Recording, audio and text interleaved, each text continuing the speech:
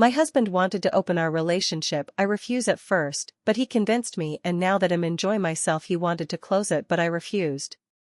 I don't know how we ended up like this. I 26F Emma and my husband 29M Tom. We had been married for nearly a decade when Tom first brought up the idea of an open relationship. He framed it as a way to bring us closer, to explore new experiences while staying committed to each other. I was caught completely off guard. The concept was so far removed from anything I'd ever considered for our marriage, but Tom was so enthusiastic, so convinced that this was exactly what we needed to reignite the spark between us. I could see how much it meant to him, so after a lot of thought, and more than a little hesitation, I agreed. In the beginning, it felt strange, even a little unsettling. This was a new world for me, and I wasn't sure how to navigate it. I kept reminding myself that this was supposed to be fun, something we were doing together. But as time went on, I began to understand why Tom had wanted it so much. There was a freedom in meeting new people, in stepping outside the roles we had defined for ourselves over the years. Slowly, I found myself enjoying it more than I ever thought I would. I started going out more often, meeting new people, and embracing this side of me that had been dormant for so long. It was liberating, empowering even. I felt alive in a way I hadn't felt in years. The world seemed bigger, more vibrant, and I found myself looking forward to these new experiences. What had started as an experiment became something I genuinely enjoyed. It wasn't just about the excitement of meeting someone new, it was about rediscovering parts of myself that had been buried under the routine of everyday life. But as I began to embrace this new chapter, I noticed a change in Tom. The excitement that had once lit up his eyes began to fade. He became more withdrawn, less enthusiastic about going out himself. At first, I thought he was just tired, or maybe it was a phase. But then, one evening as I was getting ready to go out, he blurted out something that stopped me in my tracks. "Maybe we should slow down with all this. Go back to how things were." I turned to look at him, surprised. "I thought this was what you wanted." He struggled to find the words, avoiding my gaze. "I did.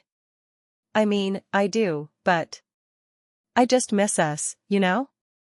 The way things used to be." For a moment, I didn't know what to say.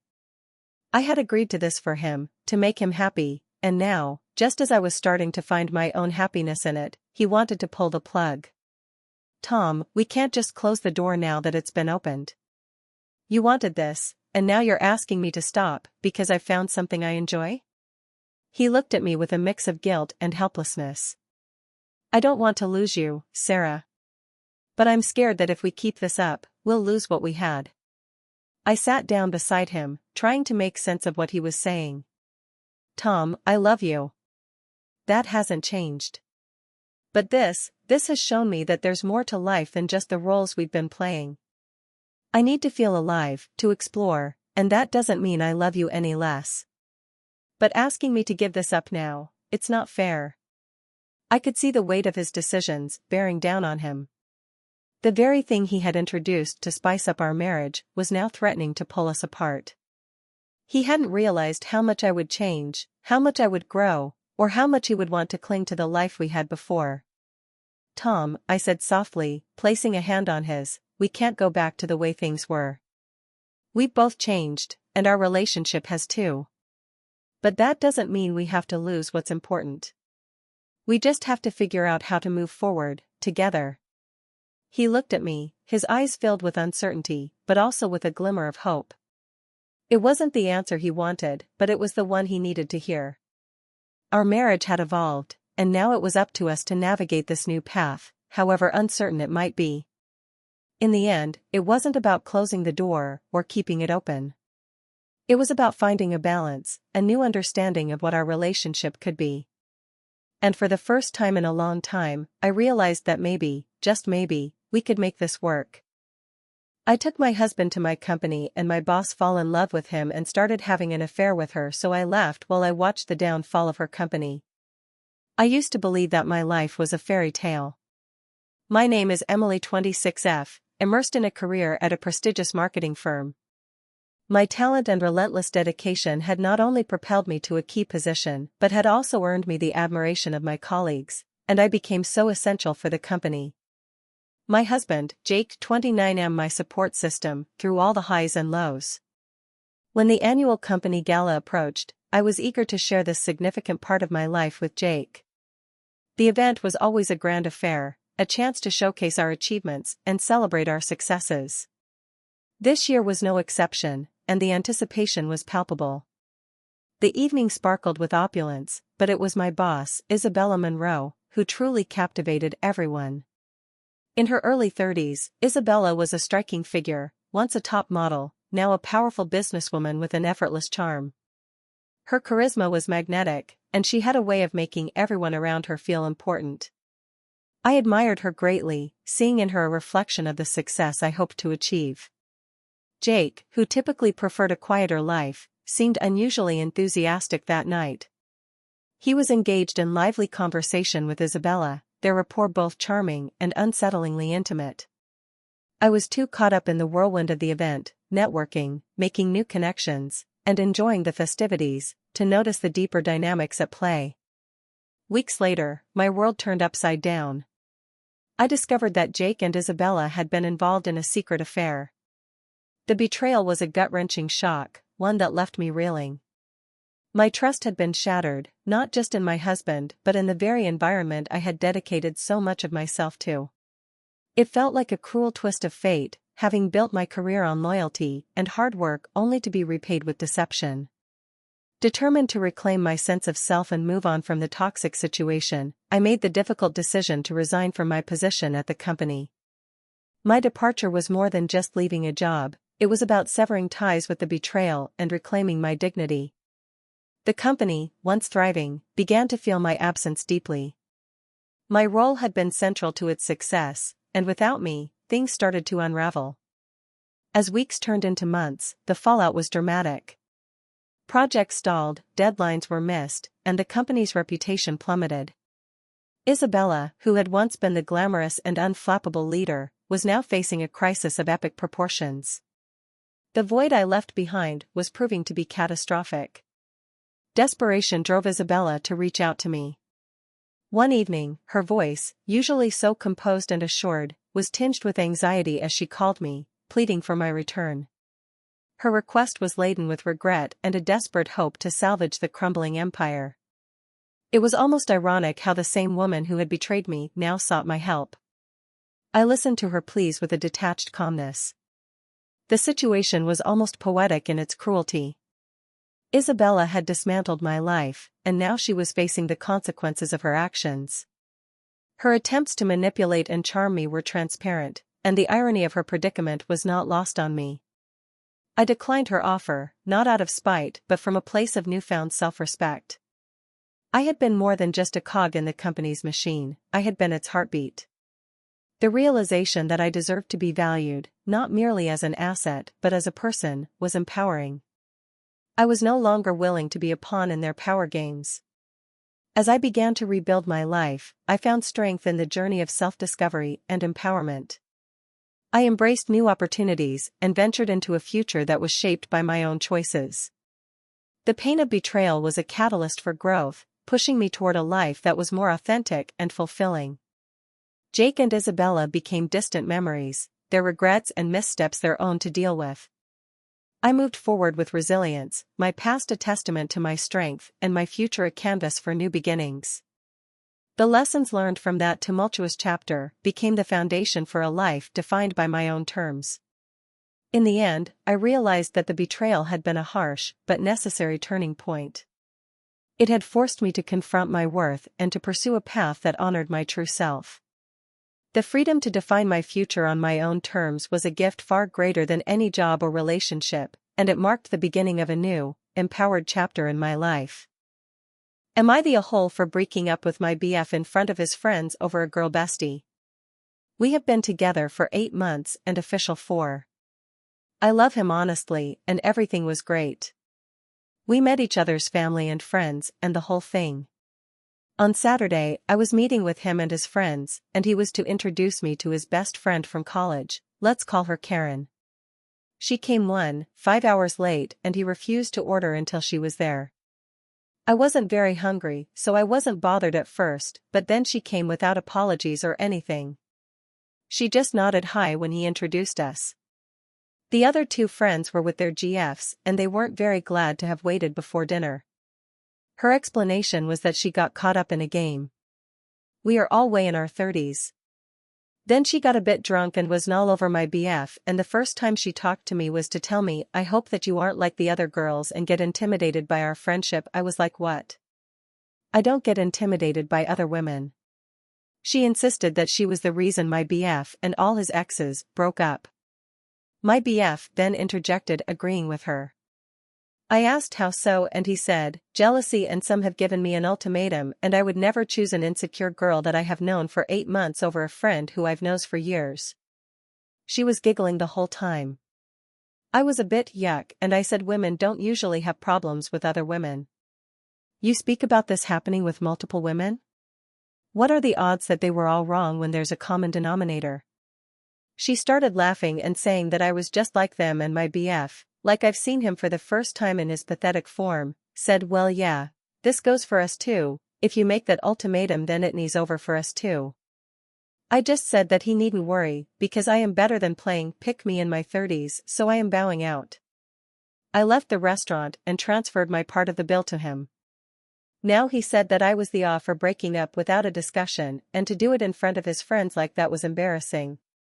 His friends thought I did great, and they didn't think I was the at all, and they were laughing and making burn sounds when I left, so he found it embarrassing. I know for a fact that I am gonna continue being friends with the GFs of them because I have known them for 8 months now, and we like each other. The other thing is that I was the off for giving up on us so easily, but I disagree. I usually don't give up on people I respect. His and her clownery just made me think it wasn't worth one more second. But he said that it was wrong, because he loves me, and I him. Am I the a-hole for asking my brother to stop joking about the fact that he's seen my wife's vagina? 39M here. I'm married to my high school sweetheart and we have 3 little girls, 8F, 6F, and 3F. When our youngest was born, we couldn't make it to the hospital on time. My older brother, 41F, was driving us and luckily is a doctor, although not the kind who delivers babies. However, he pulled over and delivered my daughter on the side of the highway.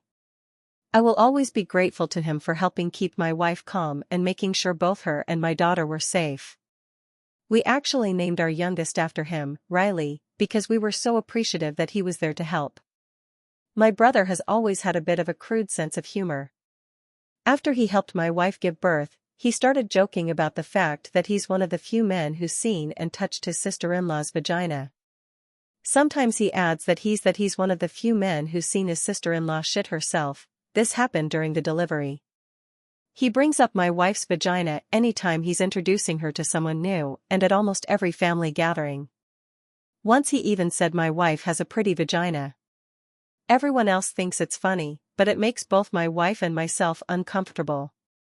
It would be one thing if he made the joke once or twice, but this comes up almost every time we see him.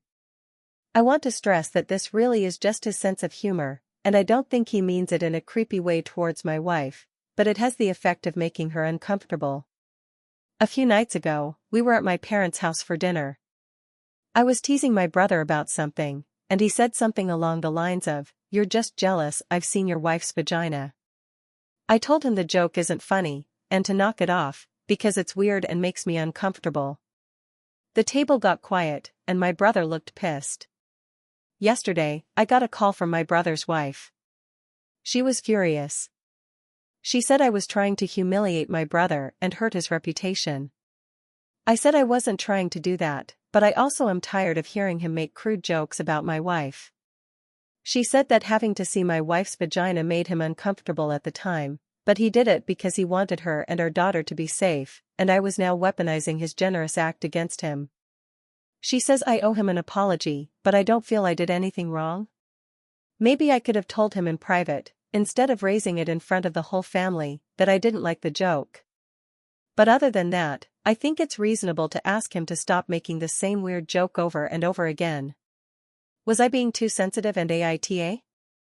Am I the a-hole for refusing to drop charges in exchange for saving my family? Backstory for context. I, 33M, met my wife, 33F, in college. It was a long-term physical relationship that turned serious at the end of our senior year. After graduation, I didn't have plans, so I decided to move to her hometown, major southern city. I didn't know anybody, so we were together 24/7 and moved in together within a year. During this time, I met her family a few times. She had a huge extended family where her mom, Sharon, was the matriarch. Her dad died in a workplace accident, and her mom got a lot of money. She was smart and invested and is doing well. All of Sharon's sibling and nieces/nephews look to her for advice on all major life decisions. She's paid for school, weddings, and helped start businesses. My wife has 2 brothers who I always got along with. We would hang out independent of my wife a few times a year. We got married after 3 years, and when my son was born, Sharon bought us a house 3 blocks from hers. We had lived in a downtown loft-style apartment, and this was honestly a relief. But with the house came Sharon constantly being in my life. Coming in the house unannounced, unsolicited advice, and snide remarks at my expense.